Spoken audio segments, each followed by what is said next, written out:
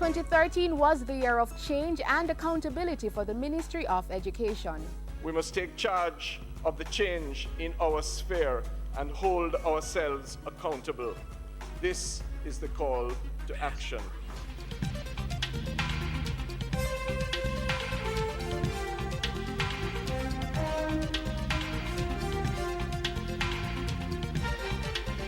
In 2013, the Education Ministry was on a mission to create an environment conducive to learning for all children. The Cedar Grove High School in Gregory Park, St. Catherine was opened. Belleair High in Manchester became a public grant-aided school in September with 8 classrooms added, while Garva-Maceo in St. Anne completed the addition of a classroom block. Key partnerships also led to further expansion of some schools. The Rock House Foundation contributed to the rebuilding of the Moreland Hill Primary and Infant School in Westmoreland. Thanks to the Japanese Embassy, Glengough High in St. Catherine received a block of rooms valued at $11 million. And a major partnership with Food for the Poor yielded 20 basic schools under the Jamaica 50 for 50 Basic Schools program. The kind of partnership which the government of Jamaica needs so urgently and consistently with people of goodwill. Expansion works also allowed the Education Ministry to remove 5 secondary schools from the shift system in 2013. Meanwhile, pit latrines in 30 schools were replaced with flush toilets at a cost of $200 million. And 68 basic schools were incorporated into the infant departments of existing primary schools with adequate space. No more can it be the experience of the education system that some 30% of all students moving from early childhood into primary are not ready, do not have the required aptitudes for primary education. These infrastructure developments supported government's overarching strategic priority for human capital development by providing students and educators with the facilities to access quality education. A reform of the curricula in the nation's schools resulted in some notable changes in 2013. There was the revision of the National Standard Curricula for grades 1 to 9 with the contents of all subjects revised. Changes were also made to the Health and Family Life Education curriculum for grades 7 to 9. Let it be clear, Mr. Speaker, we will not be grooming children towards same-sex unions, and we will not be distributing condoms in schools. Restraint must be taught by example and precept. Sex education, yes. Condoms, no. The ministry was determined to improve literacy and numeracy rates in 2013. With funding from the United States Agency for International Development, more than 100 literacy specialists and reading coaches were deployed in primary and secondary schools. These will be deployed to assist teachers who are laboring in difficult schools, difficult areas, during this school term. An intensified mathematics program was also launched. The central objectives of the intensified mathematics program are to ensure that persons engaging our children in the teaching and learning of mathematics have a sound knowledge of the content and the most effective methods to engage students in a manner which is focused on developing, first, conceptual understanding, second, computational fluency, and problem-solving skills. Improvements were seen.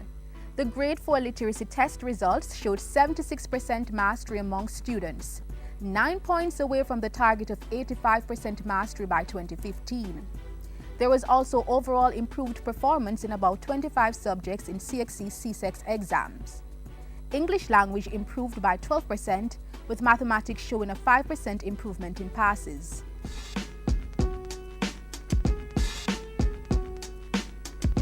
Good nutrition is very important for our students to learn. And so work started in 2013 to develop a national school feeding policy with funding from the Inter-American Development Bank, IDB.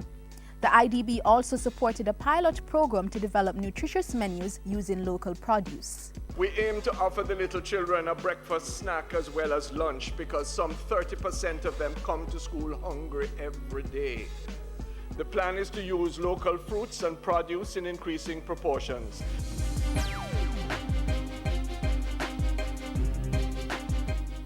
In the latter part of 2013, the Education Ministry launched a national policy on the reintegration of school-age mothers into the formal school system. That will be part of the guidelines and the mandate given to all board chairmen and board members and principals and teachers of schools. This is not optional anymore. Yes, this is government policy. The National Parenting Support Commission was also launched and 30 parenting places established across the island. And the ministry heightened its focus on other vulnerable groups, spending $11 billion on special education.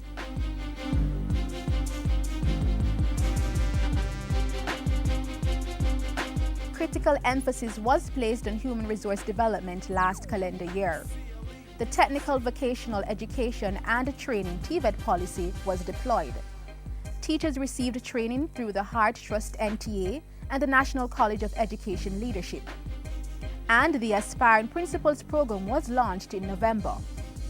To address the shortage of teaching posts, the ministry hosted a job fair through which many gained employment opportunities in the private sector. An online teachers bank was also created. This is not a once-off occasion. We want to set up a special division that looks at the availability in the teaching profession, knows who you are, what your skills are, and how we can be in touch with you and help to place you, if not today, whenever an opportunity arises. Meanwhile, 160 teachers were engaged under the Jamaica Emergency Employment Program, GEEP. In support of the agenda for fiscal prudence, study leave policies for teachers were reformed in order to cut costs while ensuring efficiency in the education sector. And the ministry initiated a program for the redeployment of teachers to schools with staffing needs. So far, 100 and more have agreed to be relocated, and this covers all regions and schools. This is a good, and all types. This is a good start, and we trust that many more will understand that the idea of relocation is not punitive, but rather it is to correct a system that is unsustainable. The Ministry of Education was on a clear mission throughout 2013, one designed to move the country closer to its 2030 vision of Jamaica as the place for world-class education and training. If we all rope in, we can be optimistic about the present and future of education.